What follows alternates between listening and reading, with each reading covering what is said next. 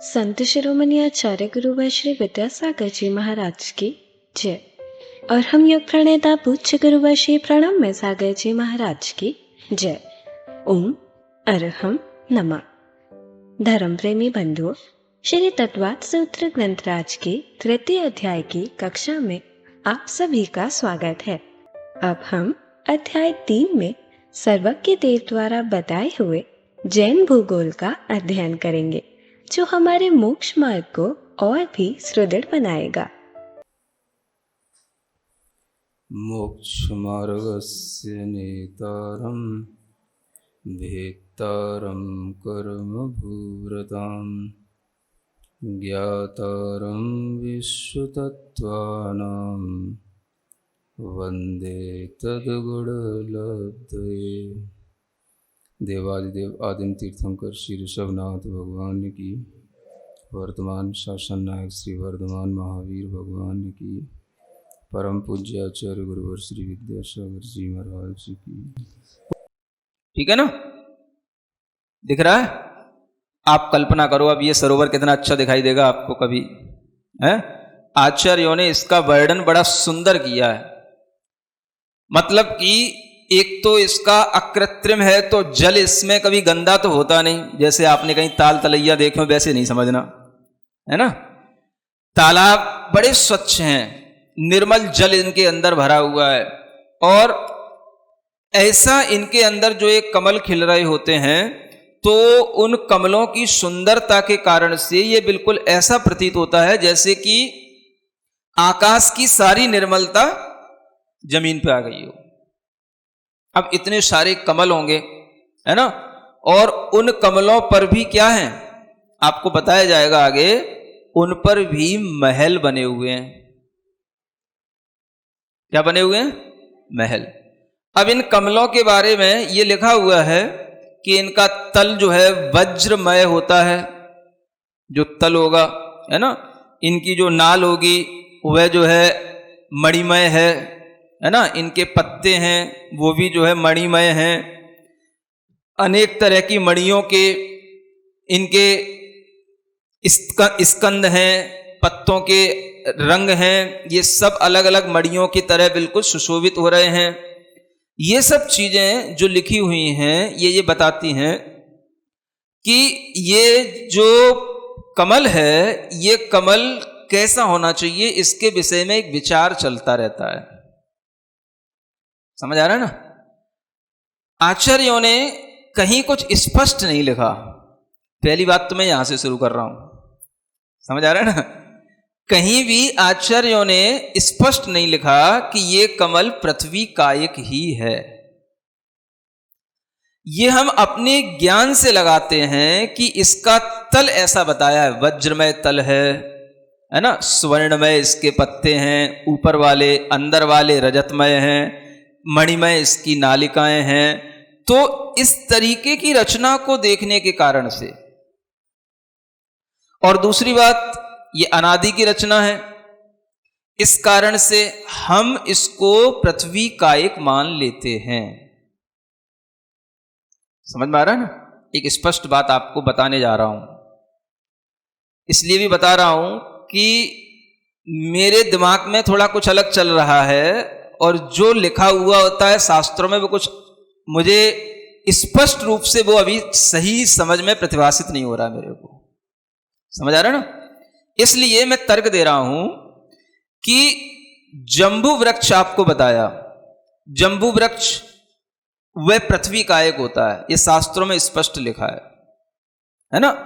अन्य जो कोई भी चीजें पृथ्वी कायक हैं वो स्पष्ट लिखी हुई हैं, लेकिन ये पद्म सरोवर के अंदर जो पद्म हैं, कमल हैं, है ना, ये जो है जल कायक के अंदर रहते हुए भी, जल के अंदर रहते हुए भी जल कमल कहलाते हैं।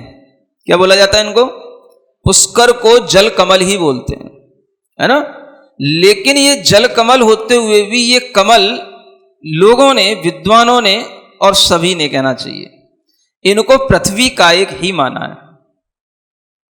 मेरा सबसे कहना है विद्वानों से कि ये विद्वानों ने माना है, आचार्यों ने कहीं लिखा नहीं है। अगर हम इसको वनस्पति कायक माने तो दिक्कत किस बात की है, मैं विद्वानों से पूछना चाहता हूं। अगर कोई कमल है तो वह कमल 1000 योजन की अवगाहना वाला कमल तो स्वयंभूर समुद्र में भी होता है, और अगर कमल की वास्तविकता उसको हम पुष्कर के रूप में कह रहे हैं तो वो जल कमल। श्लोक वार्तिक में आचार्य विद्यानंदी महाराज ने पुष्कर का एक समानांतर नाम लिखा है, जल कमलम, है ना। तो जल कमल किसको बोलेंगे? जल के अंदर खिलने वाला कमल होगा तो वो जल कमल कहलाएगा। ये बात अलग है कि उसके ऊपर महल बने हुए हैं, कुछ भी बने हुए, वो कुछ भी बन सकते हैं, वो वनस्पति कायक में भी बन सकते हैं, क्योंकि वनस्पति कायक का मतलब ये नहीं है कि पत्ते बिल्कुल उसके वनस्पति की तरह बिल्कुल मुलायम ही होते हैं, समझ आ रहा है ना। वनस्पति भी हार्ड हो जाती है। आप देखना कई जगह पर ऐसी, जो ये आपका कौन सा डिस्कवरी चैनल वगैरह होता है या कोई और ऐसी खोज करने वाले चैनल होते हैं, इसमें मैंने भी कई बार लोगों ने मुझे दिखाया है कि वनस्पतियां पत्थर की तरह हार्ड हो जाती हैं, समझ आ रहा है। तो वनस्पति किसी भी रूप में हो सकती है। अगर वो हम वनस्पति कायक माने तो उसमें किसी भी तरह की क्या बाधा आने वाली है, ये हमें कोई बताए, है ना। इस सब लोगों के लिए चिंतन दे रहा हूं। जल के अंदर खिलने वाला कमल पृथ्वी कायक होगा तो वह जल कमल नहीं कहलाएगा। पुष्कर है तो वह वनस्पति कायक होगा तो ही उसको हम जल कमल के रूप में कह पाएंगे और वो कमल की तरह सुशोभित होगा।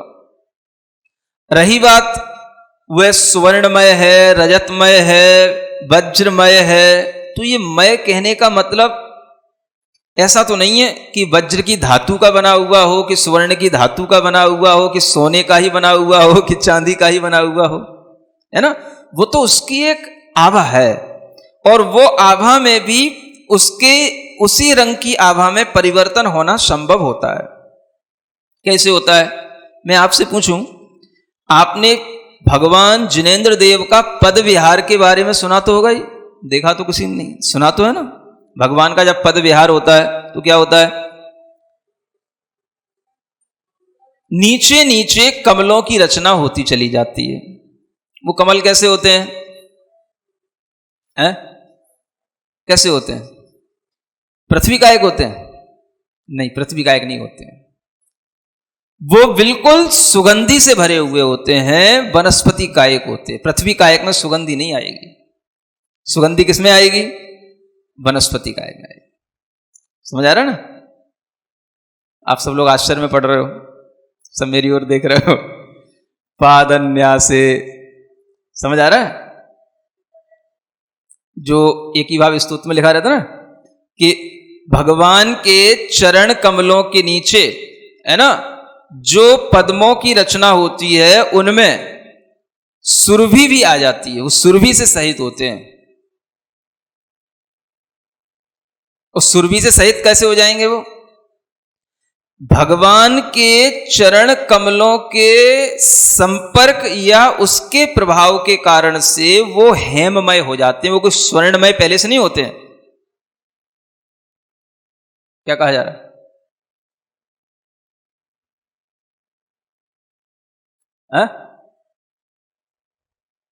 भगवान के चरणों के कारण से वो हेममय हुए हैं, और अगर वो हेममय हुए हैं तो इसका मतलब है हम उन्हें क्या बोल रहे हैं? ये स्वर्ण कमल हो गए, सुरभि से भर गए। वो सुरभि से भर गए तो वह कमल थे, तभी वो सुरभि से भर गए और तभी वो स्वर्णमय हो गए। पृथ्वी कायक होते तो कैसे हो जाएंगे? समझ में आ रहा है? तो यही मैं यहां पर बताना चाहता हूं कि कोई भी रचना अगर वो स्वर्णमय है, मणिमय है, रजतमय है, तो इसका मतलब ये नहीं है कि वो सोने और चांदी की ही पृथ्वी कायक चीजों की बनी हुई है।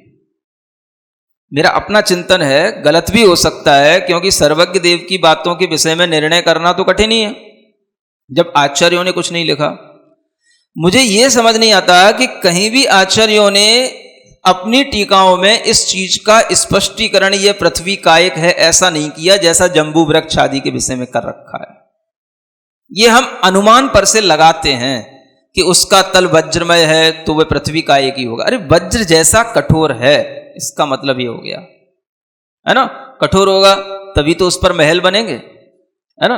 तो वह कठोर होते हुए भी उसमें वनस्पति का एक जीव जिंदा रह सकते हैं, जन्म ले सकते हैं और अपनी अपनी आयु को पूरी करके नष्ट भी हो सकते हैं। ऐसा कोई जरूरी नहीं होता कि वनस्पति का एक जीवों की अगर अधिकतम आयु प्रत्येक वनस्पति की माने तो 10,000 वर्ष होती है ना। तो अगर वो उसमें से वनस्पति 10,000 वर्ष के बाद में से वो जीव निकल गया तो पूरा का पूरा वो वनस्पति मर जाती हो, ऐसा नहीं होता है। कोई अगर तर्क दे तो मैं पहले से ही बता दे रहा हूं आपको, समझ आ रहा है ना। कोई भी वनस्पति है, आचार्यों ने यह भी लिखा हुआ है कि उसी वनस्पति का एक जीव का जो मरण हुआ है वहीं पर या तो वह भी पुनः वहीं पर जन्म ले सकता है और दूसरा जीव भी आकर के वहीं पर जन्म ले सकता है और वो ज्यों का तो बना रह सकता है।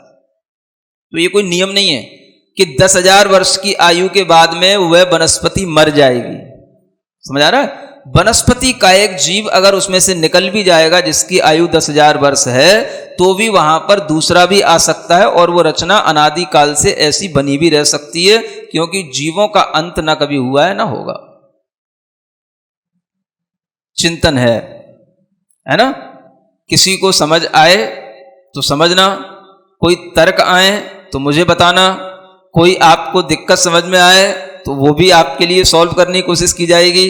इसलिए मेरे द्वारा एक बार जब किसी ने पूछा था कि वो पद्म सरोवर कैसे होते हैं, है ना, तो मेरे दिमाग में तो वही 1000 योजन वाला सरोवर घूम रहा था।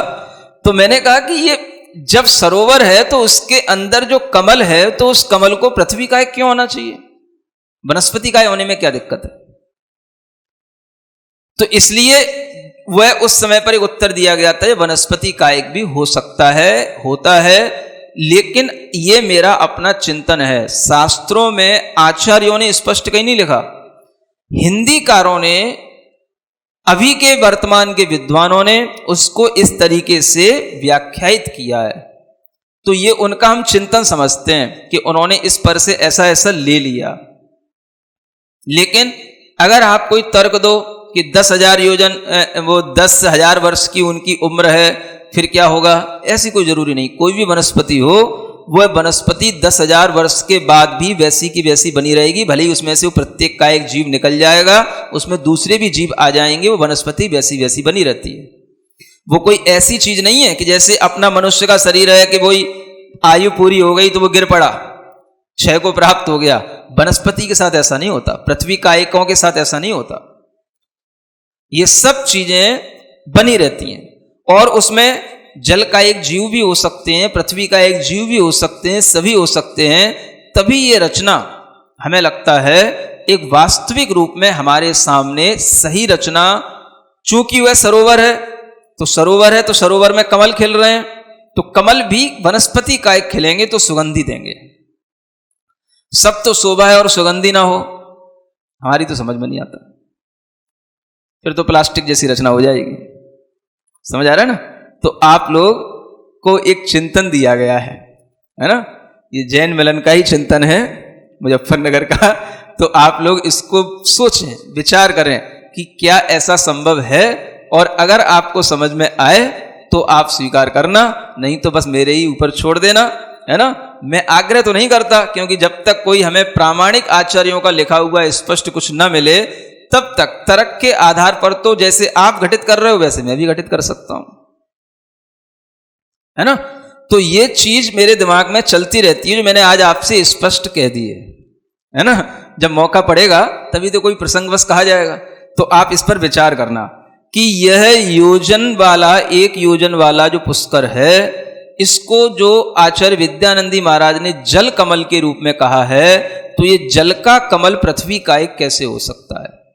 बस मुझे इतना सा प्रमाण जरूर मिला है खोजते हुए। श्लोक वार्तिक में आचार्य कहते हैं पुष्करम जल कमलम, तो मुझे फिर ये बात थोड़ी सी जमी कि जल कमल है तो जल का कमल तो जल कमल जैसा ही होना चाहिए। रही बात महल बनने की, तो कोई दिक्कत की बात नहीं, वनस्पतियों में भी वनस्पति का एक जीव जन्म लेते रहते हैं, मिटते रहते हैं, और जो वनस्पतियां होती हैं उनमें भी इतनी क्षमता होती है, वो इतनी उनमें कठोरता और ठोसता होती है कि उसके ऊपर महल भी हो सकते हैं, उसमें कोई भी रह सकते हैं, वो कोई दिक्कत की बात नहीं। सुन रहे हैं? हाँ, तो ऐसे इसके ये पत्ते अगर हम कहें एक एक कोष के पत्ते हैं तो सब पृथ्वी का एक पत्ते हैं क्या? 108 वो सब कमल हैं तो सब पृथ्वी का एक हैं क्या? तो ये कमल जो है इस तरह से वनस्पति कायक होने में भी कोई बाधा उत्पन्न नहीं करते। ये भी एक विचारणी है, निर्णय नहीं है मेरा, मैं फिर कह रहा हूं, है ना, ये विचारणी है, आप लोग भी विचार करना, ठीक है। ओम अरहम नमः। तो चलिए आज की कक्षा की एक क्विक रिवीजन कर लेते हैं। हम जानने का प्रयास कर रहे थे कि जम्बूद्वीप में कुलाचल पर्वतों पर स्थित पद्म सरोवर के कमल क्या पृथ्वी कायक हैं? मुनिश्री बताते हैं कि आचार्यों ने जम्बू वृक्ष आदि को पृथ्वी कायक बताया है, परंतु कमलों के विषय में कुछ भी स्पष्ट नहीं लिखा है। लेकिन हम इनके वज्रमय तल, स्वर्ण और रजतमय पत्ते, मणिमय नालिकाएं आदि को देखकर और अनादि रचना मानकर अपने ज्ञान से इनको पृथ्वी कायक मान लेते हैं। आचार्य विद्यानंदी महाराज ने पुष्कर के लिए जल कमलम लिखा है, यानी जल के अंदर खिलने वाला कमल। फिर भी विद्वानों ने पुष्करों को जल कमल मानते हुए भी पृथ्वी कायक ही माना है। मुनिश्री चिंतन देते हैं कि जल के अंदर खिलने वाला कमल पृथ्वी कायक होगा तो वह जल कमल नहीं कहलाएगा, उसके वनस्पति कायक होने में क्या बाधा है? हमने जाना कि कमलों के ऊपर महल आदि वनस्पति कायक में भी बन सकते हैं, क्योंकि वनस्पति कायक भी हार्ड हो जाता है, जैसे डिस्कवरी आदि चैनल पर देखने को मिलता है। हमने जाना कि स्वर्ण में, रजत में, वज्र में होने का अर्थ यह नहीं कि वह स्वर्ण, रजत, वज्र आदि पृथ्वी कायक चीजों के बने हैं। सोने चांदी तो उनकी एक आभा है और उनके लिए उसी रंग की आभा में परिवर्तन होना संभव है। मुनिश्री उदाहरण देते हैं कि भगवान जिनेंद्र देव के पद विहार में उनके चरणों के नीचे सुशोभित पद्म पृथ्वी कायक नहीं होते, उनके चरणों के नीचे सुरभित पद्म पृथ्वी कायक नहीं होते, बल्कि सुगंधि से भरे हुए वनस्पति कायक ही होते हैं। एक ही भाव स्त्रोत में लिखा है, पाद न्यासे, अर्थात भगवान के चरण कमलों के कारण उनके नीचे जो पद्म होते हैं वह हेममय हो जाते हैं। विद्वानों के तर्कों को खारिज करते हुए मुनिश्री ने समझाया कि महल बनाने के लिए वज्र जैसा कठोर होना पड़ेगा, परंतु कठोर होते हुए भी उसमें वनस्पति कायक जीव जिंदा रह सकते हैं और अपनी अपनी आयु को पूरी करके निकल भी सकते हैं। दूसरा तर्क है कि वनस्पति कायक जीवों की अगर अधिकतम आयु 10,000 वर्ष होती है तो ये अनादि रचनाएं कैसे संभव हैं? मुनिश्री बताते हैं कि इसमें कोई भी बाधा नहीं है, क्योंकि जीव की आयु पूर्ण होने पर वह निकल जाता है और दूसरा जीव वहां आ सकता है। वनस्पति नष्ट हो जाए ऐसा कोई नियम नहीं है, वह ज्यों की त्यों बनी रह सकती है। इसके विपरीत मनुष्य का शरीर आयु पूरा होने पर नष्ट हो जाता है। पृथ्वी कायकों के साथ भी ऐसा नहीं होता। चिंतन का स्पष्टीकरण करते हुए मुनिश्री कहते हैं कि यह चिंतन है और गलत भी हो सकता है, क्योंकि सर्वज्ञ देव की बातों के विषय में निर्णय करना कठिन है। मुनिश्री कहते हैं कि जब आचार्य विद्यानंदी महाराज श्लोक वार्तिक में पुष्करम जल कमलम लिखते हैं तो जल का कमल तो जल कमल जैसा ही होना चाहिए। कमल वनस्पति कायक खिलेंगे तो ही सुगंधि देंगे, पृथ्वी कायक कमल तो प्लास्टिक जैसे होंगे। अतः हमें विचारना चाहिए कि पुष्कर क्या वास्तविक में पृथ्वी कायक है। तो चलिए अब हम सभी जनमानी स्तुति करेंगे और तत्पश्चात समय होगा आज के सवाल का। सिरिजिणवाणी जग कल्याणी जग जन मदतम मोरी जड़मण हारी गढ़हर हारी जम जरा भव रोग हरि तिथियराणम दिव्यझुणिम जो पढ़ई सुणई मय्ये धारई राणम सौखमणन्तं धर्य सासद मोक्ष पदम पावई सासद मोक्ष पदम पावई। अब समय है आज के प्रतियोगिता प्रश्न में भाग लेकर आकर्षक पुरस्कार जीतने का। आप अपने फोन को QR कोड स्कैन करने के लिए तैयार रखें या लिंक पर जाएं। आप अपना उत्तर चुनकर हमें कल दोपहर 2 बजे तक भेज सकते हैं। 3 भाग्यशाली विजेताओं को मिलेंगे आकर्षक पुरस्कार। विजेताओं के नाम इसी कार्यक्रम श्रृंखला में हर रविवार को घोषित किए जाएंगे। साथ ही सभी प्रश्नों के सही उत्तर भी बताए जाएंगे। आज का सवाल है, वनस्पति कायिक जीव प्रत्येक वनस्पति की अधिकतम आयु कितनी होती है? 1000 वर्ष, 2000 वर्ष, 10,000 वर्ष, 20,000 वर्ष। अगर आप किसी कारणवश कोड को स्कैन ना कर पाए हो तो आप क्लास की वेबसाइट पर जाकर उन्हें अटेम्प्ट कर सकते हैं या दिए गए लिंक और QR कोड को स्कैन कर सकते हैं।